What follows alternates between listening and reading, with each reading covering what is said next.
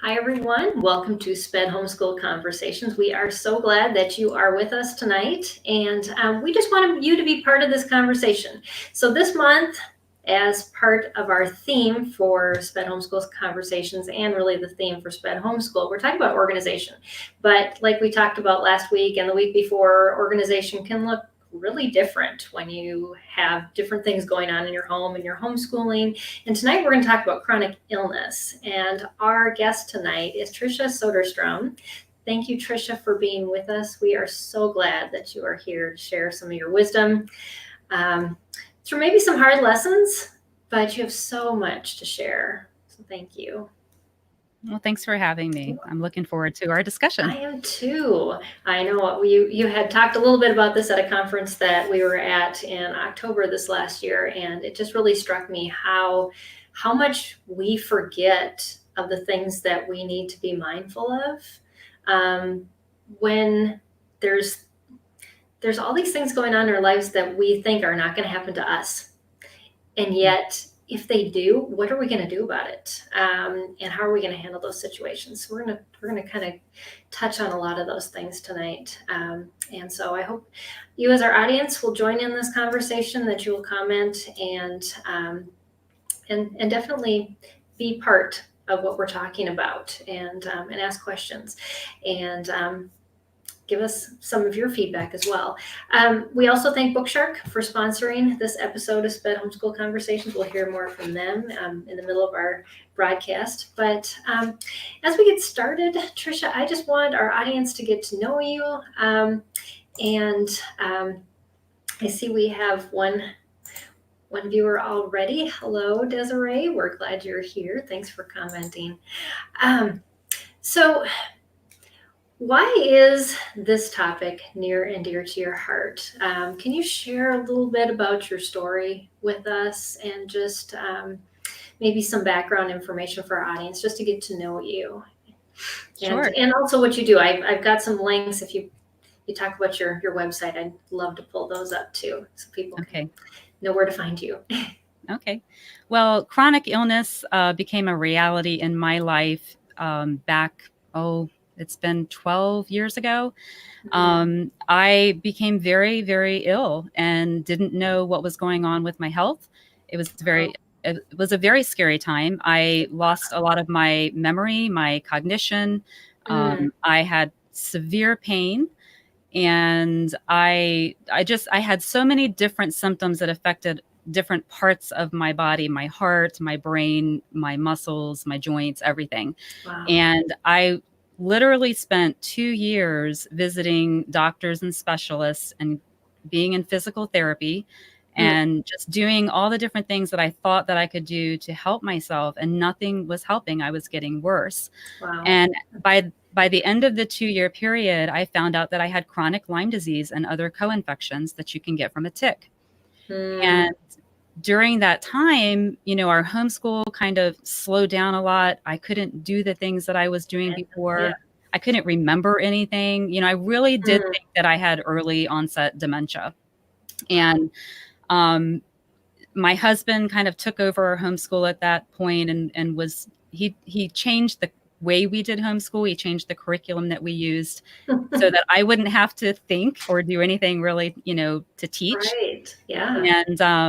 And then gradually, over the next 2 years after I was diagnosed, my children were diagnosed one after the other with chronic Lyme disease. And then my husband was diagnosed. And so here we are, a family of 6, and all of us have Lyme disease.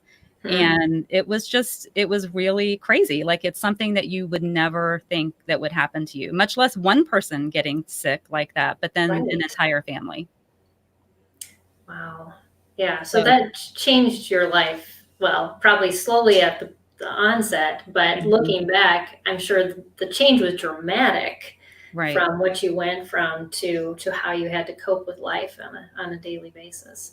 Oh, yeah. Everything changed. And as I started getting better, my sister was just really adamant about me helping other people. She saw how I was already helping people, and I was her go-to person when she knew someone had Lyme. No matter where I would go in the community, I would always end up in a conversation with someone that I would overhear talking about Lyme disease. Isn't that amazing? And yeah. And so like God just kept putting people in my life like that. And she's like, you have to have a blog. You have to put a blog. And I was like, no, I do not want to do a blog. But then I thought, well, you know what? Just to get her off my back, I'll put together a blog and I'll just put all the information out there and then I'll just stop and leave it up there, right? But it just turned into this great therapeutic outlet for me. And then meeting so many wonderful people who are suffering that way and knowing that I can offer some support and encouragement, it made a big impact in my life. Yeah. Well, I'm going to put up your website. It's called aboundinghopewithlyme.com. And so you can, and you have so many great resources on there. Now, how long has this blog been going? I started in 2015 on Blogspot. And then in 2016, I was invited to speak on the Anxiety Summit. And I thought, well, I better make my blog real. So then I went over to WordPress. Yeah, that was a learning curve for me too, to get over to WordPress, but it's done. Desiree talks about, she has fibromyalgia and fibro brain. There are a lot of different medical conditions that affect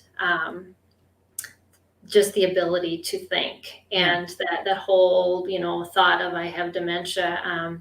Thank you, Desiree, for sharing. I mean, I have a neighbor just down the street that I teach her son math, and then she hires out another tutor to teach her son the other subjects because she can't remember enough. And so homeschooling for her, that's the way that she's worked it out, is to outsource, but still be able to control the people that are working with her son. Right. And speaking into his life. It takes on a whole different context. So what did homeschooling morph into as all these changes happened, and how were you processing that as a mom and a homeschooler? That, I mean, were you a type A, type controlling type of person at the beginning? Very much so. Yep. Very much so. I was so type A. I started out like most homeschoolers do, with the schoolroom and the desks and, saying pledge allegiance to the flag. Wow. And I quickly learned before I was sick that wasn't really working for us, because I had this daughter that had to move when she learned, and the workbooks didn't work, so we put those away, and I had to learn to be flexible and to teach, to my children, not to the textbook. But then when I became sick, the love that I had learned with homeschooling and teaching my kids as a group and learning together and reading together, I had to actually stop doing that, because I would fall asleep reading the Apologia Botany, because I was so exhausted. Right. Read alouds. And so, that had to change. So my husband purchased, I call it a canned curriculum. It was basically laid out for my children that they could sit down and do on their own with very minimal effort from me. But that's not how I enjoyed homeschooling. I liked doing the research and putting together unit studies, So that changed for a time until my brain function came back and I started to have more energy. And then I could go back to that way of teaching my kids. But then what happened was that my girls got really sick, and they became special needs kids. They became kids who couldn't understand the sentence that they just read, or they couldn't make sense of the math problems. And we would have to sit down one-on-one. And it took all day long, because I had to teach all three of them this way. We sat down one-on-one and we went through all of their lessons with them. And even though, we were doing a lot of directed learning, we were, I was giving them the time to do their to spend time on their interests. They still needed that help, especially when it came to history or math. Right, those subjects that just require a lot of brain processing power and memorization. Right. I can see how that would happen. Yeah. So where are you all right now in this process? So I was able to get my girls graduated despite them losing a lot of school time. Mhm. And what I learned was we waste a lot of time in school doing things that don't really matter. So And true. yeah, so when you really focus on what they really need to know and then Mhm. give them all that extra time to do things that they're interested in, Yeah. um, it all works out in the end. So my 3 girls have graduated from our homeschool, and I'm still homeschooling my son, but they did all recover. My husband and I recovered. I've had other health issues that I've been dealing with, but as far as the Lyme disease, we haven't had to deal with that for 3 or 4 years now. Oh, that's amazing.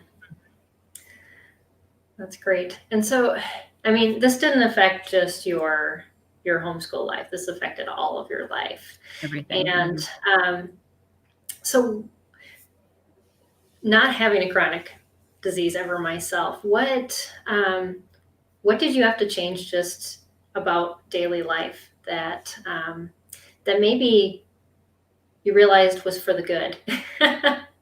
And you kind of, as you started putting things back in and getting better, you just changed permanently. Well, I'm no longer type A. So I can say that was a benefit from having Lyme disease. I still have those tendencies, but for the Mhm. most part, I had to learn how to just release control over everything. I Yeah. learned that I'm not in control. God is Mm, in control. And where I would try to micromanage and I would try to control the outcome of everything, now I'm in a place where I'm too sick, and I almost got to where I just couldn't really care. I couldn't put the energy into that anymore. And mm, I had to learn how to trust God with every single day. When your kids are sick and you watch them having, such difficulty learning, or the fact that they might be in bed for extended periods of time because they're in so much pain that they mm, can't get up, they're so fatigued, you right. start to worry, are they ever going to graduate? Will they get a job? Will they be able to go to college? And you really start to worry about their future. Right. So I had to learn how to put that in God's hands.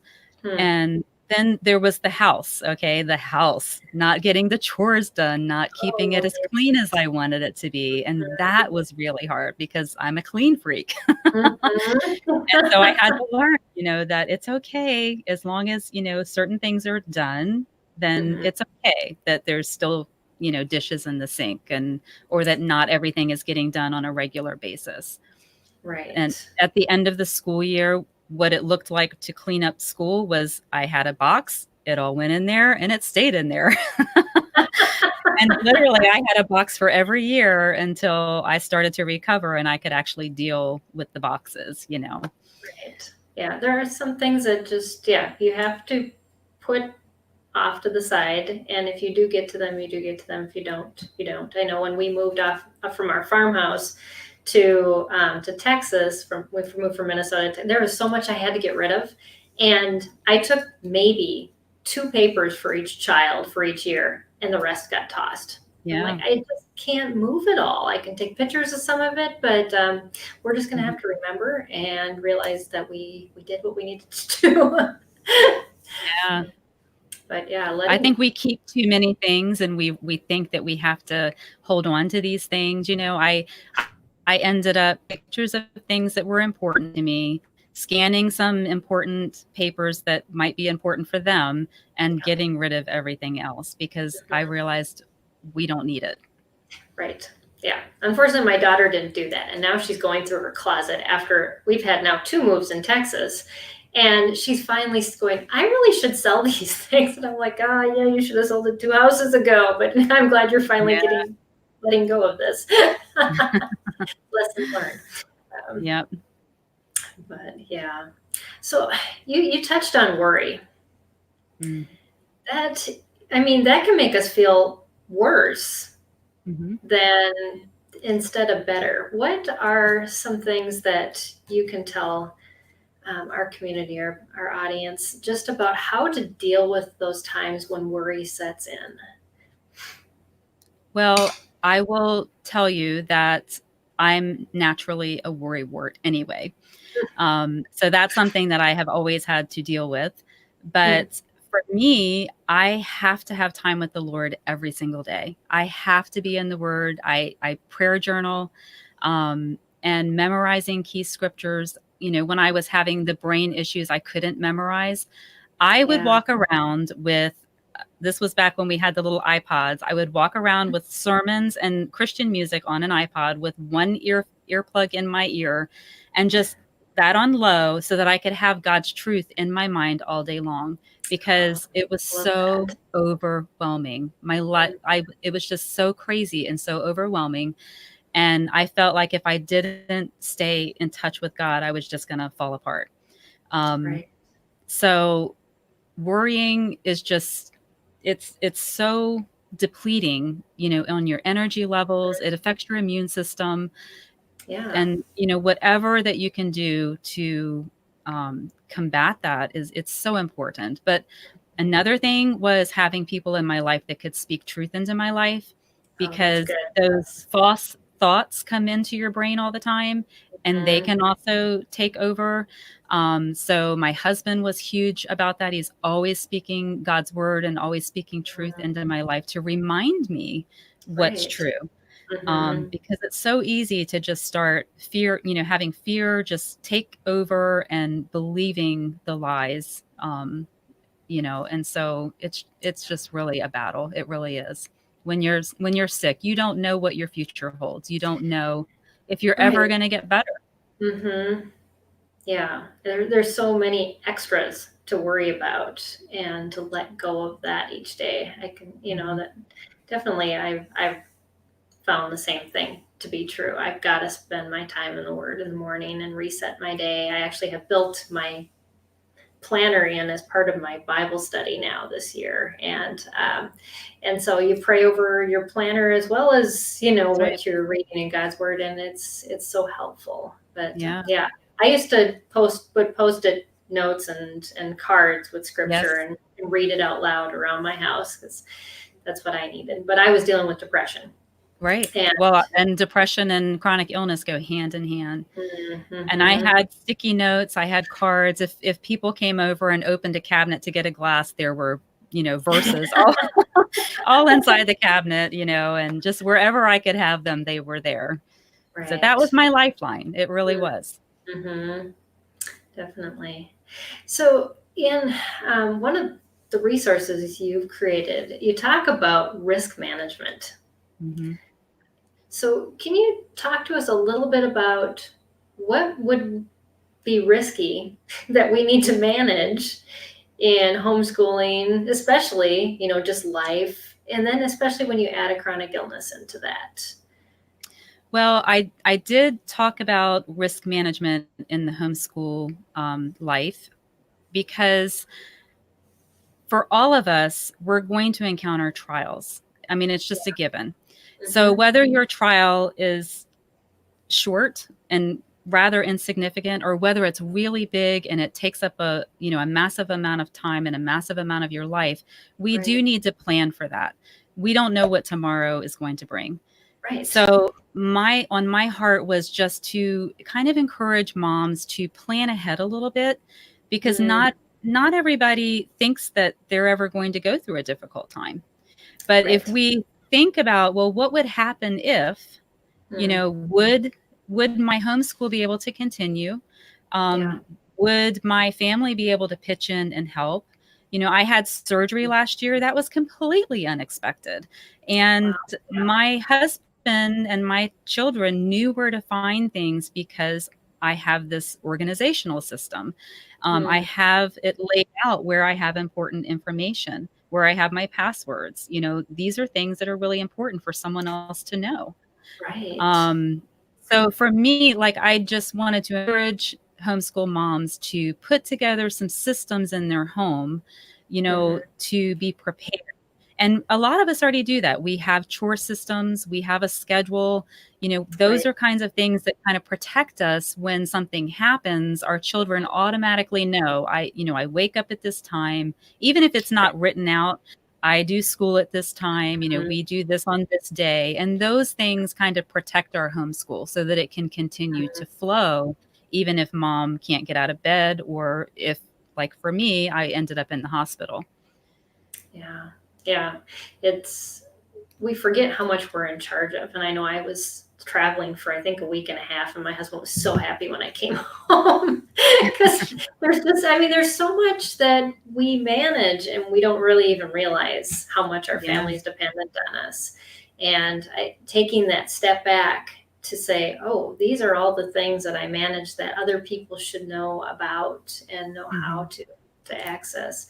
Yeah, you have an ebook that goes. Is it like a workbook? It is a workbook. It's called Risk Management for the Homeschool Mom. And it Mm-hmm. takes you on a process where you do kind of like a brain dump and you identify the different things that you do on a daily basis or a weekly or a monthly basis. Mm-hmm. And I take you through how to do the brain dump, what types of things maybe to think about that you can write down.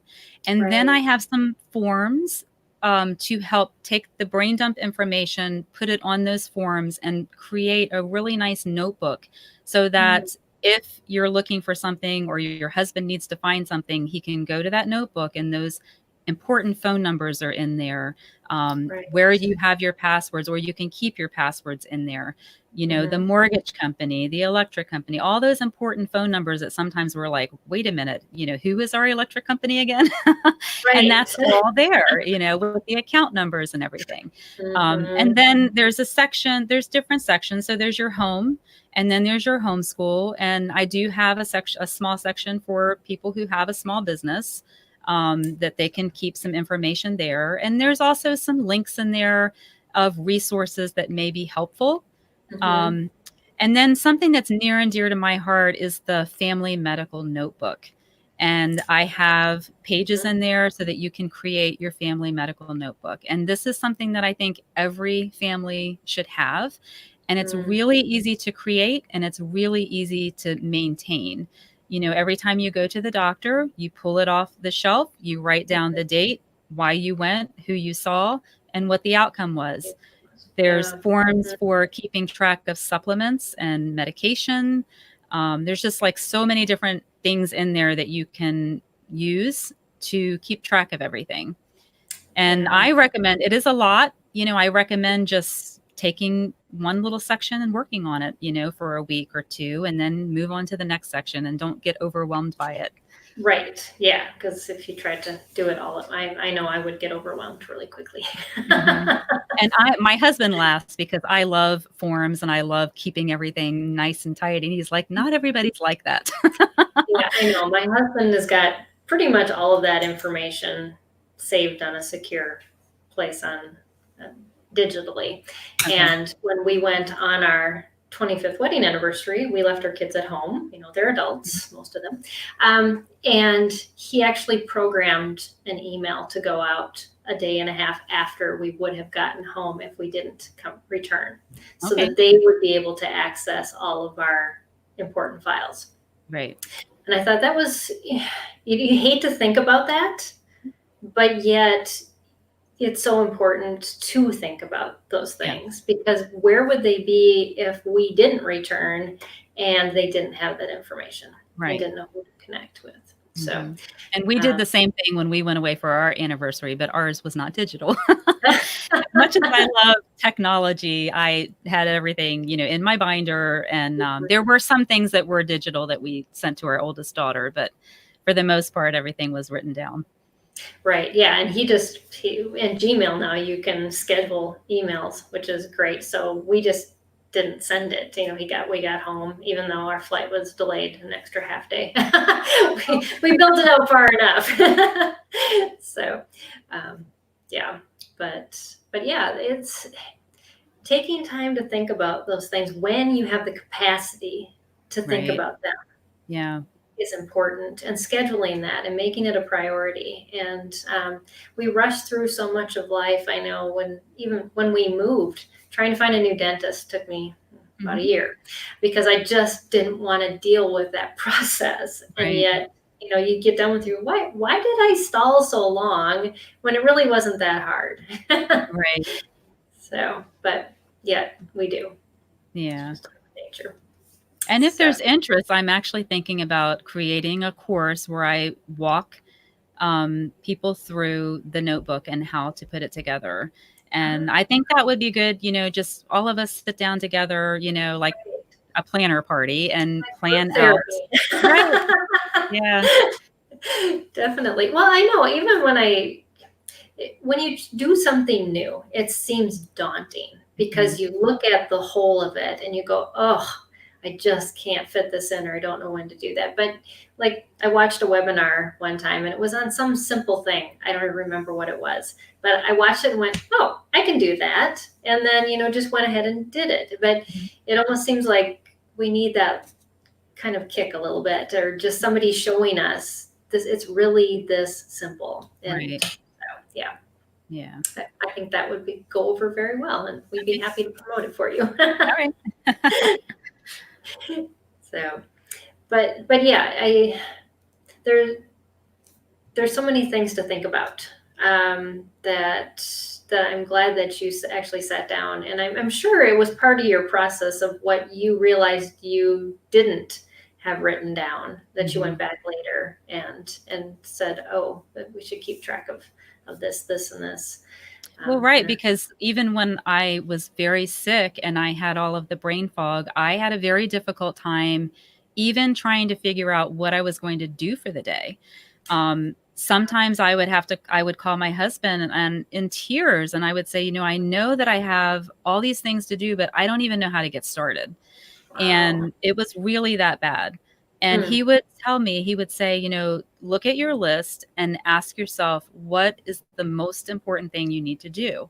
And then I would tell him, and then he would say, okay, this is what you need to do. So, right. And that became kind of like my theme every day is, what is the most important thing that I have to do today? I cannot possibly do everything on my list. So I had to focus on the one most important thing. Right. Yeah. And we're all that way, but when you're functioning more, you feel like, well, I'll just get it all done. But prioritizing that with the good and the best, and and having to even put some of those good things aside, I'm sure is extremely hard. Oh yeah. Especially when you're type A. That's what I was going to say. Yeah, it's very hard. Even now, I might recognize that maybe I'm not feeling too great, but I just want to go, because I have all these things I want to do. Right. Yeah, and that's when we stay up too late and we don't get enough sleep, and we start depleting ourselves because our list just seems like it's so much more important than we are. Yeah. I want to come back to that subject when we come back, and just prioritizing ourselves and the importance of that. But we're going to take a break and hear from our sponsor, and then I'm going to bring Tricia back and we're going to continue this conversation. So hold on. So I just want to thank Bookshark for being a sponsor for our episode tonight. And if you don't know anything about Bookshark, I'm going to bring up their website. I definitely want you to check them out at bookshark.com. And they are a curriculum that's literature-based. It's a 4-day faith-neutral curriculum that you can, like I say, see more at bookshark.com. But Kim McNary, a busy homeschool mom, says, my daughter is on the spectrum as well as she has OCD and has instantly taken to this curriculum. It's incredibly structured, which makes us both ecstatic, and the books are great and the kids are awesome too. I'm running my daughter to all kinds of appointments, and this curriculum fits in amazingly. We are first-year Bookshark customers and happy as a lark. Kim is right. Bookshark is a fully planned 4-day homeschool curriculum that flexes to match your busy lifestyle. The detailed instructor's guide lays everything out so clearly that you just are prepped by opening the book. You open the guide, you gather your resources, which are all included in your package, and you go. Curriculum is for ages 4 to 16, and it's available either in all subject area packages or individually academic areas. Reading with history, language, arts, science, and math. The Bookshark Literature Rich program in it, your kids will actually read or have read to them 30 to 50 engaging books each year. So visit them at bookshark.com. You can browse their curriculum, you can download samples, and you can request a catalog. So thank you, Bookshark. We greatly appreciate your support. They're actually supporting us through 3 months of broadcasts. And so thank you so much for that. We definitely appreciate that.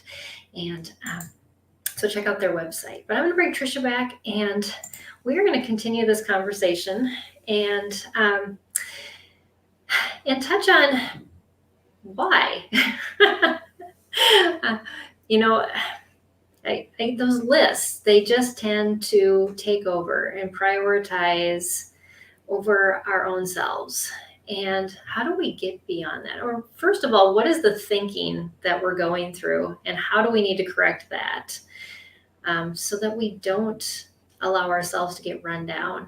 And especially when, you're talking about chronic illness and your energy and your ability to do things is so depleted. And really having that discussion with yourself about what's most important. Mm-hmm. Yeah, I think for all of us homeschool moms especially, we take the world on our shoulders and we think that everything is dependent upon us. Mm-hmm. And sometimes I'll hear young moms or young wives talking about how much they have to do, or how they have to do it, or nobody will do it. And what I've learned now, as I've come through years of chronic illness, and because I'm a lot older now, is that I don't have to do it. And if I don't do it, either nobody will do it, or eventually someone will notice it needs to be done and they'll do it. Right, exactly. And it's not the end of the world. And that's the thing that I learned, through a lot of experience with the chronic illness. It's not going to get done. I can't do it. I'm too sick. I don't have, the ability or whatever it is. And, so sometimes things don't get done, and it's not the end of the world. So I think we need to just change our thinking and realize that, first of all, our relationships are way more important than having a perfectly clean house. Amen. Second of all, if we're called to homeschool, well, we can't do it all. So if we're going to homeschool our children, that's what we need to focus on. And maybe later bring the kids in and ask them to help you, teach them how to help you. So that's really important. So if we change our mindset about that, about, what's on our list, what can we actually physically do, what's really important for today. And if you don't know, then you go to the Lord with that list and you ask him, what is the most important thing that I need to do today? And guess what? He's going to tell you. He's going to make it so clear. And I would do that every day. I would just take my list. What's the one most important thing that I really have to do today? And God was always faithful, and he was always very clear, about what I needed to do. And sometimes when I was being stubborn and I wasn't listening and I wanted to do everything or more than I should, he would always reveal to me that I'm like, I need to back off a little bit. Or, I would do it to myself. I would end up causing more pain or more fatigue, or I would get frustrated with my children, so it's just really important to remember we're not called to do it all. We're only called to do what God is asking us to do that day. That might be, spending a little extra time with our child who's struggling with their school. It might be helping out a friend, who's going through a difficult time. But we just have to be really careful to listen and to pay attention to what's the most important thing. Yeah, we talked about that last week and talking about building margin in our lives. And, the sounds of it, chronic illness builds margin in your life, whether you want it or not. And, but it's using that time that you do have and being observant about what's most important, and then enjoying what you do have the ability to do and finding joy in that. Can you talk a little bit about joy and just finding joy in, we put so much emphasis on what we want to happen. That's what's going to bring me joy. And yet joy is kind of flipped and if we put it in the right perspective, then we truly can enjoy life no matter what the circumstance is. What are some things that you have to share about just lessons learned about finding joy in the moments? I'm going to share a story about a very dear friend of mine, and I don't know if she's listening, but she taught me something when I was a young mom. We raised our children together, and she had suffered a brain injury from a very bad car accident when she was 18 years old. But we would take our children to these parks to go play, and we would just go on little excursions together with our children. And she would find the joy in the smallest little things, and she would be so dramatic about it. Like, "Oh, look at the sky. It's so gorgeous." Or, "Look at that amazing butterfly that God made." And that taught me so much about paying attention to what's going on around us. That is so true. And it taught me, that, we can focus on something so small but so beautiful.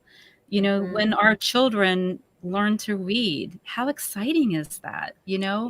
If we're so busy and they're reading, but we have to move on, we're missing that. Mhm. So, you know, I will admit joy is something that I did struggle with when I was really sick. It was really hard to find something positive. But when I did take that time to really pay attention, there were things that we could find joy in. And we did laugh a lot, and we did make a lot of memories, even though we were all pretty miserable for a long time. And when you look back, are those are the times you remember, That's what I right? remember. It's exactly what I remember. And, sometimes I forget how hard it really was until I'm talking to someone else who's going through it. And then I remember, yeah, that was Yeah. so terrible. Mm-hmm. Mhm. I love how our brains work that way, that Yeah. we can remember the good. And but it is, you really nailed it on the head. It's slowing down and being observant. I Mhm. know when we lived on our farm, I was so, I mean, I had 5 different gardens. I was milking a cow. I had 3 foster kids and my kids, and an exchange student. And I had a friend come over who was a photographer, and she took pictures for a day. And I looked at those pictures and I said, I don't see that Wow. because I'm too busy. Yeah. And that was a real wake up call for me, Mhm. that I am missing the beauty that's right in front of me because I'm so busy. Yeah. And yes, we do need to slow down and just see the beauty around us. Mhm. And most of the time, it's in the people It is. that. And can you touch a little bit on relationships and just how relationships changed and with just being your illness and your kids being ill, and how did that change the dynamics in your family and the focus that you had on relationships? Wow. Um, it really put a strain on our relationships. I'll be honest. Mm. Even when one person has a chronic illness, it can be very frustrating for those around you. Oh, I can. And when my kids all got sick, it became, a real battle when I needed help with something or it was someone's turn to do the dishes. And it always felt like they would argue, "Well, I'm more sick than you are," So sometimes there was that, but on the other side of that, I saw my kids step up and nurture their siblings and take Right. care of them when maybe they were feeling better, but the other one wasn't. So, Mm. there was that, the good and the bad of Yeah. it. There was having a chronic illness and having the entire family be sick, is very hard on a family. It's hard relationally, it's hard physically, it's hard financially. It was hard on our marriage. We Mm. our one daughter had PANS, which is similar to pandas, but it's caused by a tick bite with the Hmm. Bartonella and the Lyme disease.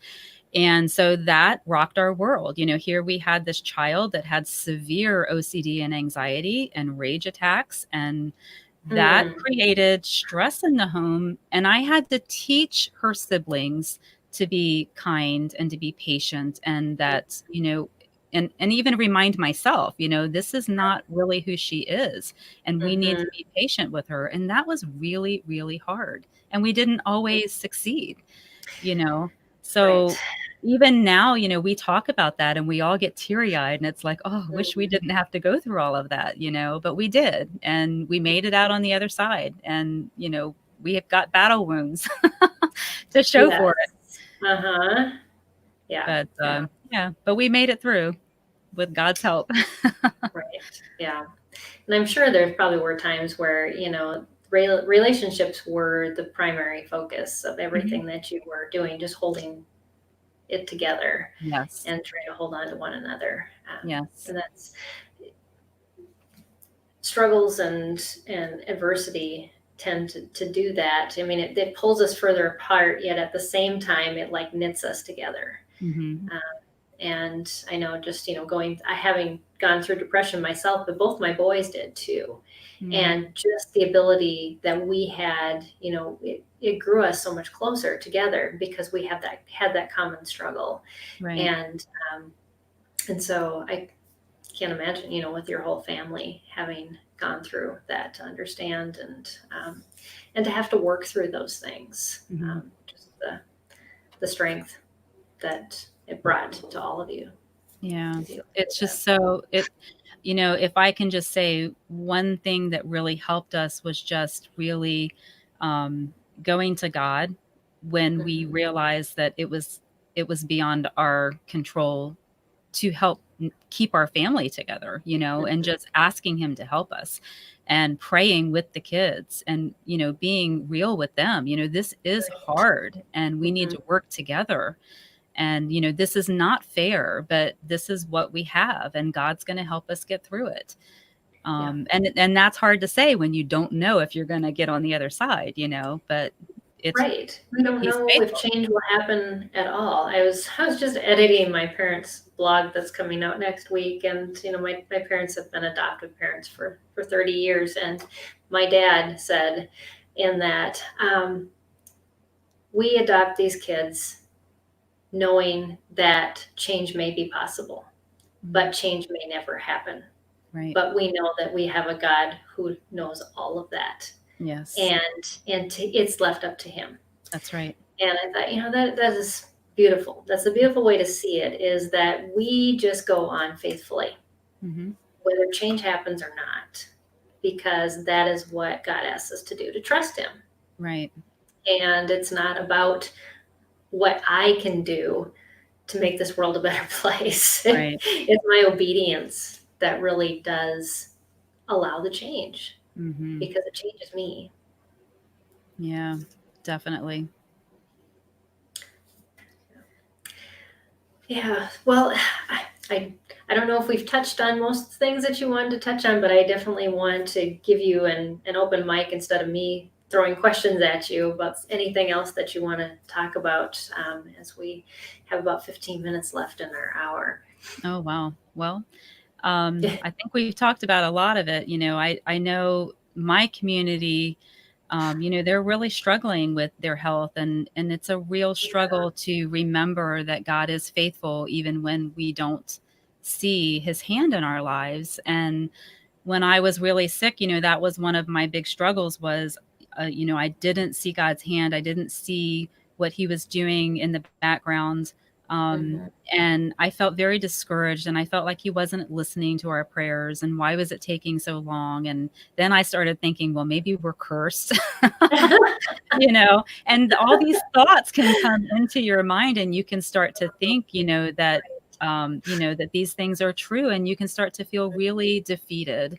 And so Right. that's where my ministry, my heart comes from. I just wanted to get that message out there, that God is listening, and that he loves us so much, and that he sees your pain, and he sees what you're going through. He sees the struggles, and Hmm. he is not silent. He's not just standing back, just watching you and not doing anything. He's working in all the little details that you can't Right. see. And now that I'm on the other side, I can see things Hmm. that he was doing that I didn't know about. And Right. that's just, it's so comforting to me. through my sickness, God strengthened my faith. And I think that he does that through trials. And I think that that's the hope that we can have, to know that he's going to make us stronger. He's going Right. to give us the courage that we didn't have before, and the Mhm. faith that we didn't have. It will be able to withstand so much more when you come on the other side of a difficulty like that. And your Yeah. difficulty may be a lifetime, it might be. But those are Right. the people who are those strong oak Mm. trees of the faith. Those are the people that I admire. And you can't Mhm. become like that unless you've gone through some things. Exactly. Yeah. That is so true. I was talking to a friend just last night about perseverance, and she goes, "Peggy, I just need you to pray." And I said, "I'm going to pray that God shows you that He's there, Hmm. because if this is a season that you're supposed to persevere, knowing He is there and trusting that will get you through. You're able to hang on longer because you know that you're not alone." Right. But thank you for sharing that, because yes, it can seem like that when you're in the middle of the struggle. You can feel so abandoned. I remember one night being on my knees and praying and just saying, "God, I know you're there. I don't feel you. I don't see you, and I am frustrated." And yeah, it's those times that they do make us stronger, because Yeah. we just hang on. It goes back to that. If you're holding on to something and all your body weight is on it for a long period of time, you're going to get stronger. It's going to hurt, Yeah. but you get stronger. um, so Yeah. if you're in our audience and you have any comments or questions, definitely chime in. We would love to have you join in with us. And so so you just started a podcast. I Hmm. want to talk a little bit about that. And Okay. I think you have 2 episodes already. I have 2 episodes. I'll put my third one. I just edited my third one today, so that'll go up on Okay, Monday. Yep. awesome. So it's called Abounding in Hope Talks. Hmm. And it's just one of those things on my list that I've always wanted to try. So I thought, well, I'll try it and see if I like it. And if there's a good response, I'll keep going. But Right. yeah, so far it's been good. And I'm hoping to have kind of a combination, just to have maybe alternate shows where I talk about health topics and Lyme disease, and then talking about homeschooling with chronic illness, and then Mm. faith-based talks. I'd love to have guests on. I've got 3 people in mind that I want to have on that I think would really bless my audience and anyone who listens. But Yeah, yeah, so you can it's find great. it on my blog. Mhm. I'm on iTunes and all the other platforms. Okay. All right. So Abounding in Hope Talks. And you can find that at Abounding in Hope with Lyme.beanpod.com. So if they went to Beanpod, would they also find Podbean. Hmm. Bean? Sorry. Yes. Yeah. I'm being dyslexic. I'm switching that around. Um, but and also on your website, there's a link that goes Right. right to the podcast as well. Right. It's kind of Mhm. I found that. But so as we're wrapping up, I don't see any comments, but I want to ask you a little bit about health as Mhm. we're finishing up. What what did you find that you learned through this process about taking care of yourself, your health, and just having to change some things with the chronic illness, or just as you're coming out and continuing to stay healthy? I have learned more than I could ever imagine that I would have learned in 10 years about nutrition and supplements, and just how important everything that we eat is.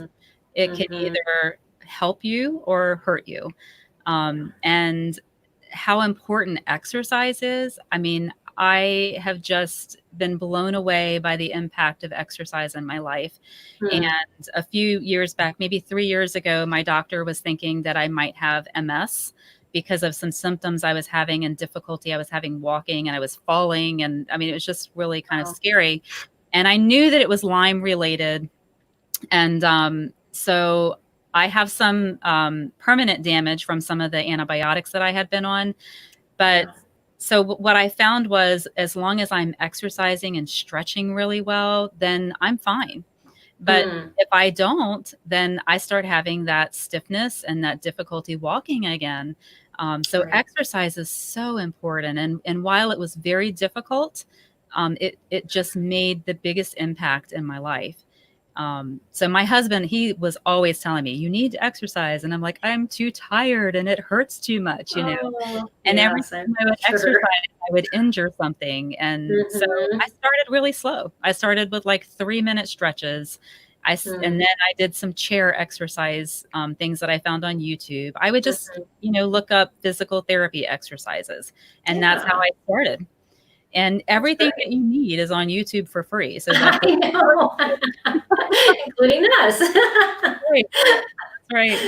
Uh, But yes, that has made the biggest impact in my health. And then just making sure that I'm resting well, that I get my 8 That's hours a of huge sleep, one. Yeah. that I have the time during the day to take a break, which Mm, I'm not always good at because I don't like to slow down. right. But that's really important for your health, you know? So, Mhm. yeah. Yeah. And our guest last week told us to set a timer on your phone, and that's your reminder to slow down and pray and take a break. Yes. I have a So, 12-year-old and he'll come say, "Mom, uh-huh. come sit with Yeah. me. Come look at this," Yeah, my So, daughter always asks, "Did you eat, Mom?" oh, Like, "Oh, yeah, I kinda missed that meal." So good reminders, yeah. definitely. Yeah, exercise, when we left our farm, I got thrown from a bull, that's a whole different story. Oh, Um, but I couldn't lift my arm any higher than this, and oh, I was in so much pain. It was chronic pain. I couldn't sleep at night and ended up I thought, "I never move again." mm, And, just through lots of painful massage therapy and now exercise, and it's amazing. The exercise I do now, I'm more fit than I was 30 years ago. right. So, Me too. but yeah, Yeah, but it takes a lot of discipline, it does. and it is very painful when you first Mhm. get started because your body does not want to do No. that. When I first started, I was a little rebellious. I just did not wanna exercise. And what's really strange is before I got Lyme, I was really very disciplined about exercising, and I Mm, loved exercising, but now it hurt, and I was too tired. right. So I Hmm. set up a planner where I would give myself a reward at the end of every week, and it was something small. So I would go buy a new, pair of exercise leggings, or I would just do something small that I enjoyed, like I don't know, giving myself an extra amount of time that I could sit outside and listen to the birds, or something that I enjoyed. And as long as I knew I had that, little perk at the end of the week, then that kind of kept my focus. I'm going to strive for that, little treat at the end. Right. Oh, that's great. Yeah, because we all need motivation.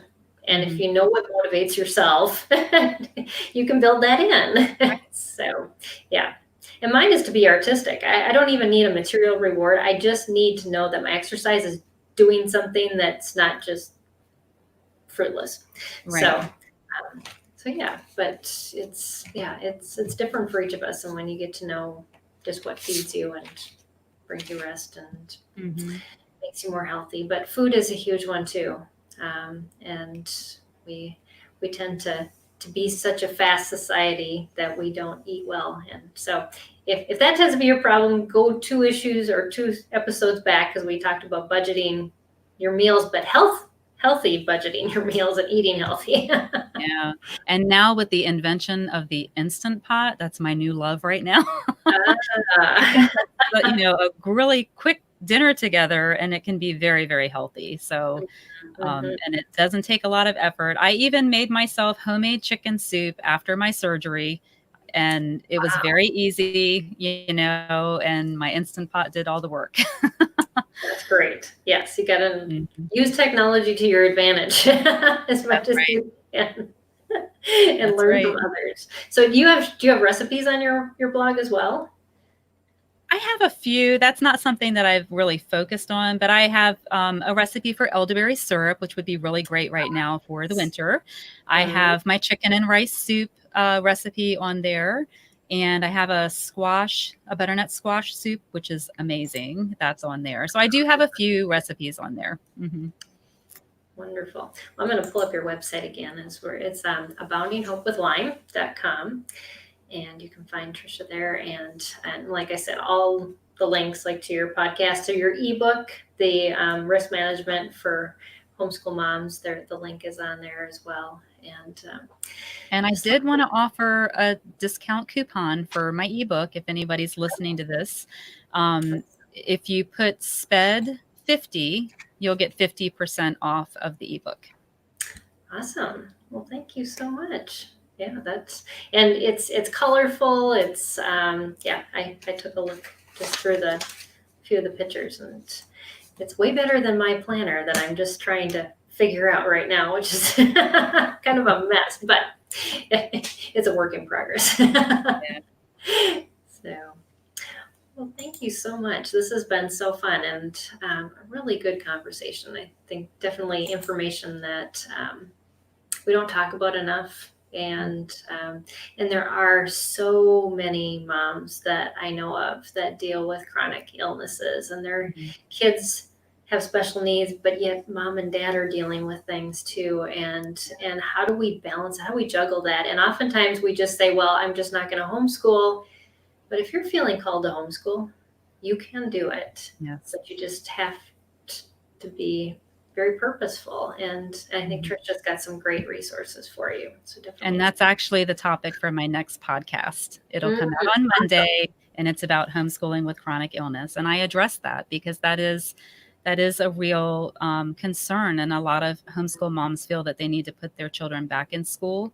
Yeah. And I wouldn't do that unless you feel a very clear calling, from God to do that. Yeah. But it's doable. You can do it. Right. Yeah. It's not easy, but it's doable. I ended up with my parents. We kind of were starting that conversation before we started the video. Is my mom had a heart attack, and I still have 5 siblings at home, and they put them all back in public school. And now the process is they're all coming back out, and they're starting to homeschool them again. So my dad was emailing me for curriculum. Oh, okay. And so I had some good suggestions for him, but yes, it's don't make it a reactionary thing that just because this major thing happens in our life that homeschooling must be out. Really do pray about it. I think your life is a testimony, Tricia, that God can work through those things. If you're called, He will equip and He'll provide what you need. Yep, He sure will. Yeah. Well, thanks so much. And this wraps up our month on organization. So next month, we are going to be talking about adoption. It's the month of Valentine's Day, and we all talk about love, and loving the orphans is something that we're called to do, whether we're to bring them in our own homes or to support families who do adopt children or do foster care. And so we're going to be really focusing on that next month and giving families that adopt resources, but as well as you who maybe just know people that do, whether they're in your church or in your neighborhood, and how to support them and to maybe understand a little bit more about what's going on in their homes, because it's very complex if you haven't been involved in that relationship before. So our guest next week is Jennifer Culmore. She is a past team member for SPED Homeschool, but she is an adoptive mom of 2 young girls. Actually, Yan just turned, I think, 18 or 19. So she isn't so young anymore. But but she has an amazing story. And our subject is going to be creating a joyful adoptive home. And she has so much joy with these 2 girls. She adopted them as a single mom and stepped away from being a speech and language pathologist and having her own practice just to raise these 2 girls. And the joy that she's created in their lives is amazing. And I'm excited to share their story with you next week. So, and also just to let you all know, we have some groups we're launching on Saturday. And so watch our social media about that and links, because they're going to be regional groups where you can connect with each other and share resources in an environment that is actually completely safe to share your data because they're not trolling for it. So just look for that. But let's keep the conversation going in our groups, and we'll see you again here next week on SPED Homeschool Conversations. And definitely check out our website at SPED Homeschool. So thanks, everybody. Thanks, Tricia. Thank you. This has been a wonderful conversation, and we'll see you all again next week. Bye, everybody. Bye.